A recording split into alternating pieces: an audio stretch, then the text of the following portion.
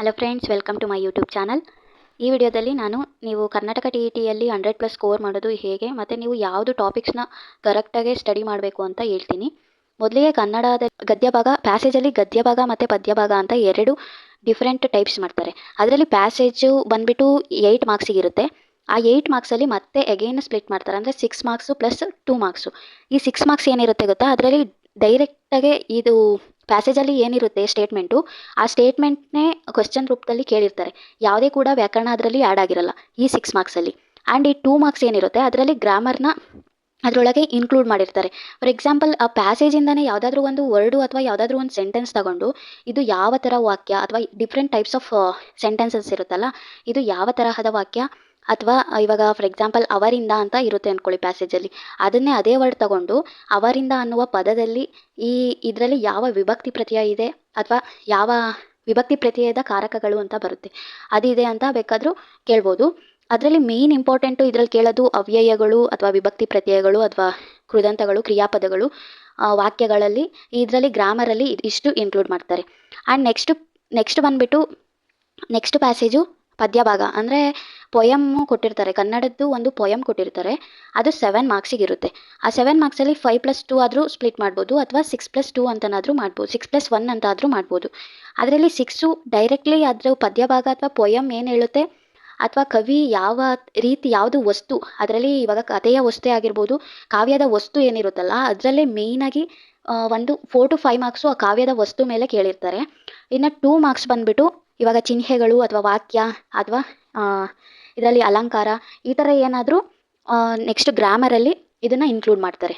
ಇದು 9ಇಂದ for example 1 to 15 ಕ್ವಶನ್ಸ್ವರೆಗೂ ಅಂದರೆ passage plus ಪೊಯಮ್ಮೇ ಇರುತ್ತೆ. ಟೋಟಲ್ 15 ಮಾರ್ಕ್ಸಿಗೆ ನಿಮಗೆ ಪ್ಯಾಸೇಜೇ ಬರುತ್ತೆ ಕನ್ನಡದಲ್ಲಿ. ಮತ್ತು ಅದರಲ್ಲಿ ವ್ಯಾಕರಣಶ ಅಥವಾ ಗ್ರಾಮರಲ್ಲಿ ಇದು 5 ಮಾರ್ಕ್ಸಿಗೆ ಬರುತ್ತೆ. And important grammar topics you have to study in your preparation means first one ಸಮಾಸ ಓದಬೇಕು, ಮತ್ತು ಸಂಧಿಗಳು ಮತ್ತು ವಾಕ್ಯಗಳು, ಮತ್ತು ಗಣ, ಅನ್ಯದೇಶಿ ಪದಗಳು, ಅಲಂಕಾರ, ಕ್ರಿಯಾಪದಗಳು. ನೆಕ್ಸ್ಟು 4th ಪಾರ್ಟಲ್ಲಿ ಏನಾಗುತ್ತೆ ಅಂದರೆ ಕನ್ನಡ ಸಬ್ಜೆಕ್ಟಲ್ಲೇ ಬೋಧನಾ ವಿಧಾನ ಅಂದರೆ ಪೆಡಗಾಗಿ ಕೇಳಿರ್ತಾರೆ 10 ಮಾರ್ಕ್ಸಿಗೆ. ಇವಾಗ ಪೆಡಗಾಗಿ ನೀವು ಕನ್ನಡದಲ್ಲಿ ನೀವು ಇವಾಗ ಮ್ಯಾಥ್ಸು PM ಮೆಥಡ್ ಅಂತ ಅಂದರೆ PM ಮೆಥಡು ಪೆಡಗಾಗಿ ಮಾತ್ರ ಓದಿರ್ತೀರಾ. ಕನ್ನಡ ಇಂಗ್ಲೀಷು ಪೆಡಗಾಗಿ ಓದಿಲ್ಲ ಅಂದ್ರೂ ಕೂಡ ನೀವು ಹೇಗೆ ಪೆಡಗಾಗಿ ಅಟೆಂಡ್ ಮಾಡಬೇಕು ಅಂತಂದರೆ, ಫಾರ್ ಎಕ್ಸಾಂಪಲ್ ನೀವು ಚೈಲ್ಡ್ ಡೆವಲಪ್ಮೆಂಟ್ ಆ್ಯಂಡ್ ಸೈಕಾಲಜಿ ಅಲ್ಲಿ ನೀವು ಅಸೆಸ್ಮೆಂಟು ಬಗ್ಗೆ, ಎವ್ಯಾಲ್ಯೂಯೇಷನ್ ಬಗ್ಗೆ, ಮತ್ತು ಫಾರ್ ಎಕ್ಸಾಂಪಲ್ ಮೈಕ್ರೋ ಟೀಚಿಂಗಲ್ಲಿ ಅಂದರೆ ಇವಾಗ ಇಂಡಕ್ಟಿವ್ ಮೆಥಡು, ಡೆಡಕ್ಟಿವ್ ಮೆಥಡ್ ಅಂತ ಎಲ್ಲ ಓದಿರ್ತೀರಲ್ವ, ಅದನ್ನೇ ಕನ್ನಡದಲ್ಲಿ ಏನಂತ ಕರೀತಾರೆ ಅಂತನ ಸ್ವಲ್ಪ ಟ್ರಾನ್ಸ್ಲೇಟ್ ಮಾಡ್ಕೊಂಡು ಕನ್ನಡದ್ದು ಅದು ಸ್ವಲ್ಪ ತಿಳ್ಕೊಳ್ಳಿ. ಅಂದರೆ ಬೋಧನಾ ಕ್ರಮನ ಯಾವ ಥರ ಕನ್ನಡದಲ್ಲಿ ಕರೀತಾರೆ ಅಂತ ನಿಮಗೆ ಗೊತ್ತಾದರೆ ಅದು ಒಂದು ರೇಂಜಿಗೆ ನೀವು ಅನಲೈಸ್ ಮಾಡ್ಬೋದು ಕನ್ನಡದಲ್ಲಿ ಪೆಡಗಾಗಿನ. And next English passage 8 marks. Same ಕನ್ನಡದಲ್ಲಿ ಯಾವ ಥರ ಇರುತ್ತೆ 6 marks directly from the statements of the passage, and 2 marks related to grammar. 2 marks ಯಾವುದಾಗುತ್ತೆ ಅಂತ ಅಂದರೆ ಇವಾಗ ಫಾರ್ ಎಕ್ಸಾಂಪಲ್ ಹೋಮೋಫಾನ್ಸ್ ಆಗಿರ್ಬೋದು ಅಥವಾ ಪ್ರಪೋಸಿಷನ್ಸ್ ಆಗಿರ್ಬೋದು, ಈ ಥರ ಅದರಲ್ಲೇ ಆ್ಯಡ್ ಮಾಡಿರ್ತಾರೆ. ಅಂದರೆ ಪ್ಯಾಸೇಜ್ ರಿಲೇಟೆಡೇ ಗ್ರಾಮರ್ನ ಇನ್ಕ್ಲೂಡ್ ಮಾಡ್ತಾರೆ. ನೆಕ್ಸ್ಟು ಪೊಯಮ್ಮು 7 ಮಾರ್ಕ್ಸಿಗೆ ಬರುತ್ತೆ. 7 ಮಾರ್ಕ್ಸ್ ಅಂತ ಅಂದರೆ ಇವಾಗ ಫಾರ್ ಎಕ್ಸಾಂಪಲ್ ಅದರಲ್ಲೂ ಕೂಡ 5+2 ಆ ಥರ ಆಗುತ್ತೆ. 5 ಮಾರ್ಕ್ಸು ನಿಮಗೆ ಡೈರೆಕ್ಟ್ಲಿ ಪೊಯಮಿಂದನೇ ಕೊಟ್ಟಿರ್ತಾರೆ. ಪೊಯಮಿಂದ ಯಾವ ರೀತಿ ಅಂದರೆ ಇದರಲ್ಲಿ ಸ್ವಲ್ಪ ನೀವು ಪ್ಯಾಸೇಜ್ನ ಅಟೆಂಡ್ ಮಾಡೋದು ಈಸಿ ಆಗಿರುತ್ತೆ ಇಂಗ್ಲೀಷಲ್ಲಿ, but when it comes to poem ಅದರಲ್ಲಿ ನಿಮಗೆ ಕವಿಯ ಅಂದರೆ ಯಾವ ಸಬ್ಜೆಕ್ಟ್ ಮೇಲೆ ತೊಗೊಂಡಿರ್ತಾರೆ ಅನ್ನೋದು ಅರ್ಥ ಮಾಡ್ಕೊಳ್ಳೋದು ಸ್ವಲ್ಪ ಕಷ್ಟ ಆಗುತ್ತೆ. ಹಂಗಾಗಿ ಸ್ವಲ್ಪ ಗ್ರಾಮರ್ ಮೇಲೆ ಫೋಕಸ್ ಮಾಡಬೇಕು ನೀವು. ಅದರಲ್ಲಿ ಫಿಗರ್ ಆಫ್ ಸ್ಪೀಚು ಅಥವಾ ಎರರ್ ಫೈಂಡು ಅಥವಾ ರಿಪ್ಲೇಸ್ಮೆಂಟು, ಅದೇ ಇವಾಗ ಅದು ಸರಿ ಇಲ್ಲದ ವಾಕ್ಯನ ತೆಗೆದ್ಬಿಟ್ಟು ನೀವು ಯಾವ ರೀತಿ ರೀಪ್ಲೇಸ್ ಮಾಡ್ತೀರಾ ಅನ್ನೋದು, ಅಥವಾ ಕ್ವಶ್ಚನ್ ಟ್ಯಾಗು, ಈ ಥರ ನಿಮ್ಮಲ್ಲಿ ಗ್ರಾಮರ್ನ ಅದೇ ಪೊಯಮ್ಗೆ ಸೇರಿಸಿ ಅವರು ಇನ್ಕ್ಲೂಡ್ ಮಾಡ್ತಾರೆ. ನೆಕ್ಸ್ಟ್ ಮೇನ್ ಇಂಪಾರ್ಟೆಂಟ್ ಗ್ರಾಮರ್ನ ನೀವು ಯಾವ್ದು ಓದಬೇಕು ಅಂತ ಅಂದರೆ degree of comparison, articles, and types of speeches, and verb, sign ಅಥವಾ ಕರೆಕ್ಟ್ ಸೆಂಟೆನ್ಸಸ್. ಅಲ್ಲಿ ಯಾವುದೋ ತಪ್ಪು ಸೆಂಟೆನ್ಸ್ ಕೊಟ್ಟಿರ್ತಾರೆ, ನೀವು ಕರೆಕ್ಟು ವರ್ಬ್ ಅಥವಾ ಯಾವುದು ಪ್ರಿಪೋಸಿಷನ್ಸ್ ಏನಾದರೂ ತಪ್ಪಾಗಿದ್ದರೆ, ಆಲ್ಟರ್ ಆಗಿದ್ದರೆ ನೀವು ಅದನ್ನು ಆಪ್ಷನಿಂದ ಸೆಲೆಕ್ಟ್ ಮಾಡಿ ಹಾಕಬೇಕು. ನೆಕ್ಸ್ಟು ಪೆಡಗಾಗಿ ಸೇಮ್ ಕನ್ನಡದಲ್ಲಿ ಏನು ಹೇಳಿದೆ ನಾನು, ಅಸೆಸ್ಮೆಂಟು, ಎವ್ಯಾಲ್ಯೂಯೇಷನು ಅಥವಾ ಡೆಡಕ್ಟಿವ್ ರೀಸನಿಂಗು, ಈ ಥರ ಏನಿದೆಯಲ್ಲ ಅದನ್ನು ಕರೆಕ್ಟಾಗಿ ನೋಡ್ಕೊಳ್ಳಿ.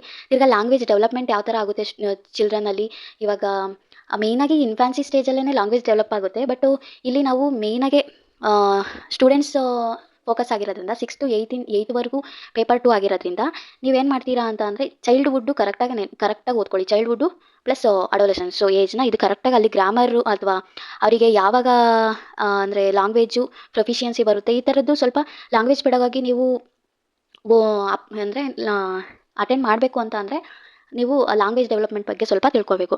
ನೆಕ್ಸ್ಟ್ ಥರ್ಡ್ ಪಾರ್ಟ್ ಅಂತ ಅಂದರೆ ಚೈಲ್ಡ್ ಡೆವಲಪ್ಮೆಂಟ್ ಆ್ಯಂಡ್ ಪೆಡಗಾಗಿ CDP. ಇದರಲ್ಲಿ ಮೇಯ್ನಾಗಿ ನೀವು ಓದಬೇಕಾಗಿರೋದು ಮೇಯ್ನ್ ಥೀಮ್ಸ್ ಅಂತ ಒಂದು 15 ಥೀಮ್ಸ್ ಇದೆ. ಅದರಲ್ಲಿ ಫಸ್ಟ್ ಗ್ರೋತ್ ಆ್ಯಂಡ್ ಡೆವಲಪ್ಮೆಂಟು.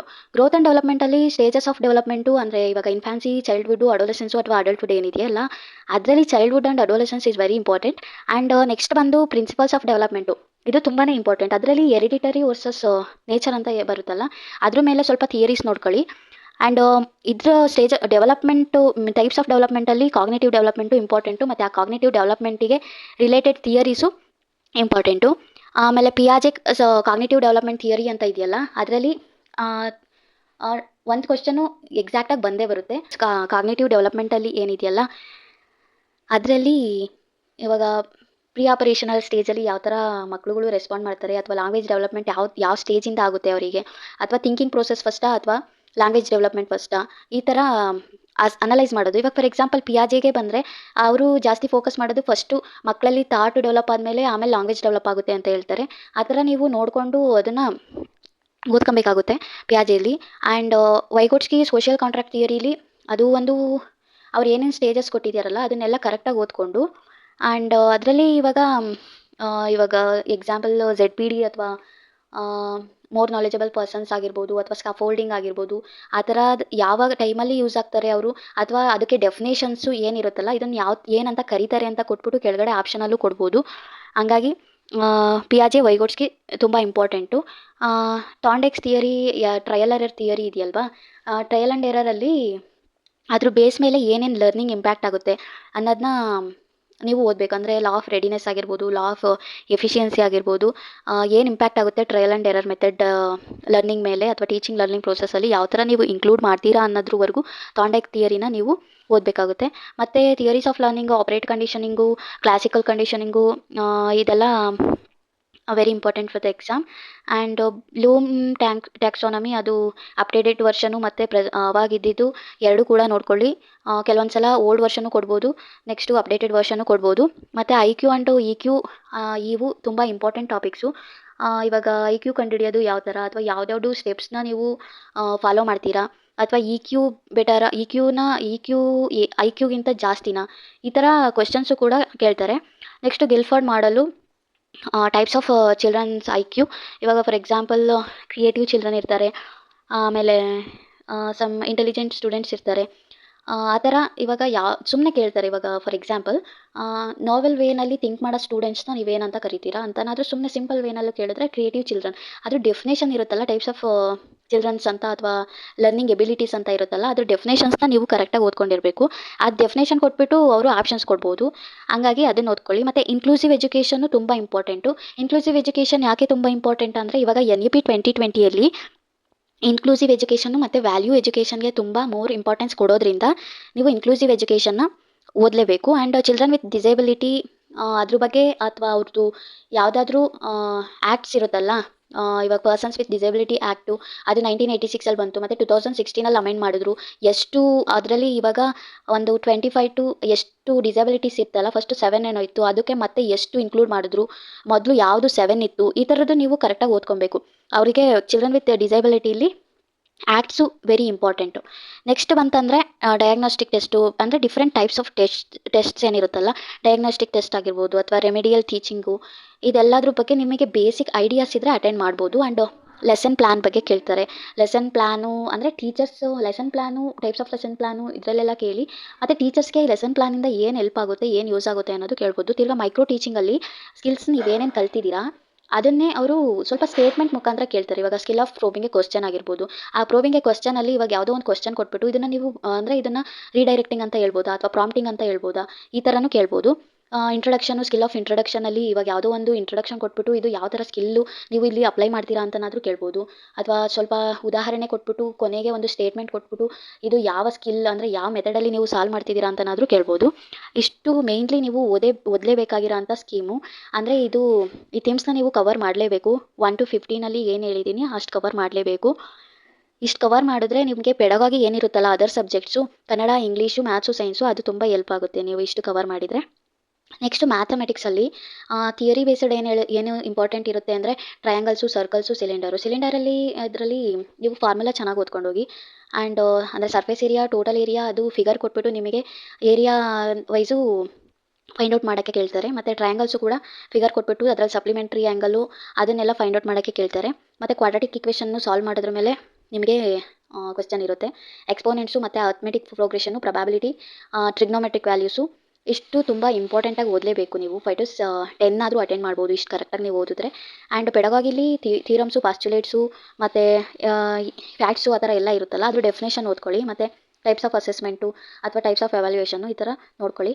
ಮತ್ತು ಇವಾಗ ಸ್ಟೂಡೆಂಟ್ಸಲ್ಲಿ ಮ್ಯಾಥ್ಸು ತುಂಬ ಕಷ್ಟ ಅಂತ ನೋಡ್ತಾರಲ್ವ, ಹಾಗಾಗಿ how to improve the mathematics learning ಅಂತ ನೋಡ್ಕೊಳ್ಳಿ. ಅದರಲ್ಲಿ ನಿಮಗೆ ಯಾವುದು ಸ್ಕಿಲ್ ಅಪ್ಲೈ ಮಾಡ್ಬೋದು ಅಥವಾ ಯಾವುದಾದ್ರೂ ಹೊಸ ಟೆಕ್ನಾಲಜಿ ಇದೆಯಾ, ಬಂದಿದೆಯಾ ಇವಾಗ ಅಪ್ಡೇಟ್ ಆಗಿದೆಯಾ ಅಂತ ನೋಡಿಕೊಂಡ್ರೆ ಅದ್ರ ಬೇಸ್ ಮೇಲೂ ಕ್ವಶ್ಚನ್ ಕೇಳ್ಬೋದು ಮ್ಯಾಥ್ಸಲ್ಲಿ. ಆ್ಯಂಡ್ ನೆಕ್ಸ್ಟು ಸೈನ್ಸಲ್ಲಿ ಬಂದು S I units very important.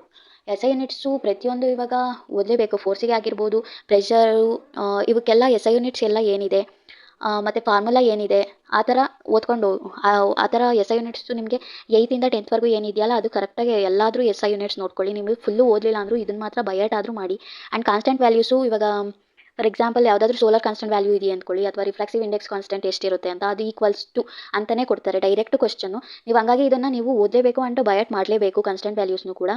ಮತ್ತು ಲೆನ್ಸು ಮತ್ತು ಮಿರರ್ಸು ಮೇಲೆ ಒಂದು ಕ್ವಶ್ಚನ್ ಇದ್ದೇ ಇರುತ್ತೆ. ಅದು ಫೋಕಲ್ ಲೆಂತ್ ಕಂಡುಹಿಡಿಯೋದಾಗಿರ್ಬೋದು, ಅಥವಾ ಫಾರ್ ಎಕ್ಸಾಂಪಲ್ ರಿಫ್ರಾಕ್ಷನ್ ಈ ಥರ ಡಿಫ್ರೆಂಟ್ ಎಕ್ಸಾಂಪಲ್ಸ್ ಕೊಟ್ಬಿಟ್ಟು ಅವರು ಕೇಳ್ಬೋದು. ಆಮೇಲೆ ವೆಲಾಸಿಟಿ ಟೈಮ್ ಬಗ್ಗೆ ಗ್ರಾಫ್ ಮೇಲೆ ಒಂದು ಕ್ವಶ್ಚನ್ ಇರುತ್ತೆ. ಆ್ಯಂಡ್ ಪ್ರಾಬ್ಲಮ್ ಮೇಲೂ ಒಂದು ಕ್ವಶ್ಚನ್ ಇರುತ್ತೆ. ಹಂಗಾಗಿ ನೀವು ಅದು ಫಾರ್ಮುಲಾನು ಓದ್ಕೋಬೇಕು ಮತ್ತು ಗ್ರಾಫ್ ಕೂಡ ಓದ್ಕೊಬೇಕು. ಆ್ಯಂಡ್ ಕೆಮಿಸ್ಟ್ರಿಗೆ ಬಂದರೆ ಇದು ಆರ್ಗ್ಯಾನಿಕ್ ಫಾರ್ಮುಲಾಸ್ ಆಫ್ ಕಾಂಪೌಂಡ್ಸ್ ಕೇಳ್ತಾರೆ, ಶೆಲ್ ಬಗ್ಗೆ ಕೇಳ್ತಾರೆ, ಆರ್ಬಿಟಲ್ ನಂಬರ್ ಎಷ್ಟಿರುತ್ತೆ, ಮತ್ತು atomic and mass numbers, isotopes ಆಗಿರ್ಬೋದು, ಈ ಥರದ್ದು ಕೇಳ್ತಾರೆ. ಆ್ಯಂಡ್ ಬಯಾಲಜಿಲಿ ವಿಟಮಿನ್ಸು, DNA, ಸೆಲ್ಲು ಈ ಥರ ಚಿಕ್ಕ ಪುಟ್ಟದ್ದೇ ಕೇಳಿರ್ತಾರೆ. 8th ಇಂದ 10th ಏನಿರುತ್ತೆ ಅದನ್ನು ಕರೆಕ್ಟಾಗಿ ಓದ್ಕೊಂಡ್ರೆ ಅಟೆಂಡ್ ಮಾಡ್ಬೋದು. ಒಂದು 2 to 5 ಕ್ವಶ್ಚನ್ಸ್ನ ನೀವು ಅಟೆಂಡ್ ಮಾಡೋಕ್ಕಾಗಿಲ್ಲ ಅಂದರೂ ಮ್ಯಾಥ್ಸು ಮತ್ತು ಸೈನ್ಸಲ್ಲಿ ಇನ್ನಿದ್ದಿದ್ದೆಲ್ಲ ನೀವು 8th ಇಂದ 10th ಇರೋ ಸಿಲೆಬಸ್ಸಲ್ಲೇ ಅಟೆಂಡ್ ಮಾಡ್ಬೋದು. ಆ್ಯಂಡ್ ಪೆಡಗಾಗಿ ಬಂದುಬಿಟ್ಟು ಸೈನ್ಸಲ್ಲಿ ಫ್ಯಾಕ್ಟ್ಸು, ಕಾನ್ಸೆಪ್ಟ್ಸು, ಥಿಯರೀಸು, ಸ್ಟೇಟ್ಮೆಂಟ್ಸು, ಡೆಫಿನೇಷನ್ಸ್ ಏನಿರುತ್ತಲ್ಲ ಅದ್ರ ಡೆಫಿನೇಷನ್ಸ್ ಕೇಳ್ತಾರೆ. ಆ್ಯಂಡ್ ಸೈಂಟಿಫಿಕ್ ಟೆಂಬರು ಅಥವಾ ಸೈಂಟಿಫಿಕ್ ಇಂಟ್ಯೂಷನ್ನು, ಸೈನ್ಸ್ ಪೆಡಗಾಗಿಲಿ ಏನು ಸಂಬಂಧಪಟ್ಟಿದೆ ಅಷ್ಟು ಕೇಳ್ತಾರೆ. ಮತ್ತು ಎವ್ಯಾಲ್ಯೂಯೇಷನ್ನು ಅದ್ರ ಟೈಪ್ಸು. ಪೆಡಗಾಗಿಲಿ ಯೂಶಲಿ ಕೇಳೋದು ಅಸೆಸ್ಮೆಂಟ್, ಎವ್ಯಾಲ್ಯೂಯೇಷನ್ನು ಮತ್ತು ಬೇಸಿಕ್ ಫ್ಯಾಕ್ಟ್ಸ್ ಏನಿದೆ ಅದ್ರದ್ದು ಇದು ಕೇಳ್ತಾರೆ. ಆ್ಯಂಡ್ ನೆಕ್ಸ್ಟ್ ಬಂದು ಇಷ್ಟು ಮುಗಿದ ಮೇಲೆ ನೀವು ಇವಾಗ ರೀಸೆಂಟಾಗಿ NEP 2020 ಇದೆಯಲ್ಲ, ಅದು ಯಾವ ಕಮಿಟಿ ರೆಕಮೆಂಡ್ ಮಾಡ್ತು ಮತ್ತು ಯಾವ ಪ್ರೀವಿಯಸ್ ಒಂದು NEPನ ಅದು ಇದನ್ನು ಮಾಡಿದೆ, ಏನು ರಿಪ್ಲೇಸ್ ಮಾಡಿದ್ದಾರೆ ಅಂತ ಕೇಳುತ್ತೆ. ಮತ್ತು ಇವಾಗ ಏನು ಚೇಂಜಸ್ ಇದೆ NEPಲಿ ಆ ಥರ ಕೇಳ್ತಾರೆ. ಮತ್ತು ರೈಟ್ ಟು ಎಜುಕೇಷನ್ 2009 ಆ್ಯಕ್ಟ್ ಇದೆಯಲ್ಲ, ಅದು ಯಾವ ಅಮೆಂಡ್ಮೆಂಟಲ್ಲಿ ಅದನ್ನು ಇಂಟ್ರಡ್ಯೂಸ್ ಮಾಡಿದ್ರು, ಅಥವಾ ಅದು ಎಷ್ಟನೇ ಆರ್ಟಿಕಲ್ನ ಆ್ಯಡ್ ಮಾಡಿದ್ರು ಅದ್ರ ಜೊತೆಗೆ RTE 2009 ಆ್ಯಕ್ಟ್ನ ಅಂತ ಕೇಳ್ಬೋದು. ಮತ್ತು ಇವಾಗ ಪರ್ಸನ್ಸ್ ವಿತ್ ಡಿಸಬಿಲಿಟೀಸ್ ಆ್ಯಕ್ಟ್ 1986 ಅದನ್ನು 2016 ಅಮೆಂಡ್ ಮಾಡಿದ್ರು. ಮತ್ತು ಅದರಲ್ಲಿ ಏನೇನು ಇನ್ಕ್ಲೂಡ್ ಮಾಡಿದ್ರು ಅಂತ ಕೇಳ್ತಾರೆ. ಈ ಥರ ನಮ್ಮ ಸಬ್ಜೆಕ್ಟ್ ಅಂದರೆ ನಮ್ಮ ಟೀಚಿಂಗ್ ಪ್ರೊಫೆಷನಲ್ಲಿ ಯಾವುದಾದ್ರೂ ಇವಾಗ ಆ್ಯಕ್ಟ್ನ ಇಂಟ್ರಡ್ಯೂಸ್ ಮಾಡಿದರೆ, ಅಥವಾ ಅದು ಯಾವುದಾದ್ರೂ ಸ್ಕೂಲ್ ಎಜುಕೇಷನ್ಗೆ ರಿಲೇಟೆಡ್ ಆಗಿದ್ದರೆ ಆ ಥರ ಕರೆಂಟ್ ಅಫೇರ್ಸಲ್ಲೂ ಕ್ವಶ್ಚನ್ಸ್ ಬರುತ್ತೆ. ಒಂದು ಏನಿಲ್ಲ ಅಂದರೂ 4 to 5 ಕ್ವಶ್ಚನ್ಸ್ ಇದ್ದೇ ಇರುತ್ತೆ ಓವರಾಲ್ 150 ಮಾರ್ಕ್ಸಲ್ಲಿ. ಹಾಗಾಗಿ ನೀವು ಸ್ವಲ್ಪ ಕರೆಂಟ್ ಅಫೇರ್ಸಲ್ಲೂ ಇದ್ದರೆ ಒಳ್ಳೆಯದು. ಆ್ಯಂಡ್ ಇಷ್ಟು ನಾನು ಏನು ನನ್ನ ಅನಲೈಸ್ ಪ್ರಕಾರ ಇಷ್ಟು ಓದಿದ್ರೆ, ನೀವು ಇಷ್ಟು ಕರೆಕ್ಟಾಗಿ ಓದ್ಕೊಂಡು ಹೋದರೆ 100+ ನೀವು ಸ್ಕೋರ್ ಮಾಡ್ಬೋದು TETನಲ್ಲಿ. ಆ್ಯಂಡ್ ಇಷ್ಟು ನಾನು ಅನಲೈಸ್ ಮಾಡಿರೋಷ್ಟು ಪ್ರಕಾರ ಇಷ್ಟು ತುಂಬ ಈಸಿಯಾಗೂ ಇರುತ್ತೆ ಓದೋಕ್ಕೆ, ಮತ್ತು ತುಂಬ ಇಂಪಾರ್ಟೆಂಟ್ ಟಾಪಿಕ್ಸು, ಅದು ಇಷ್ಟು ಓದಲೇಬೇಕು. And thank you guys, and thank you so much for your patience listening, and thank you, and keep supporting guys. Thank you so much.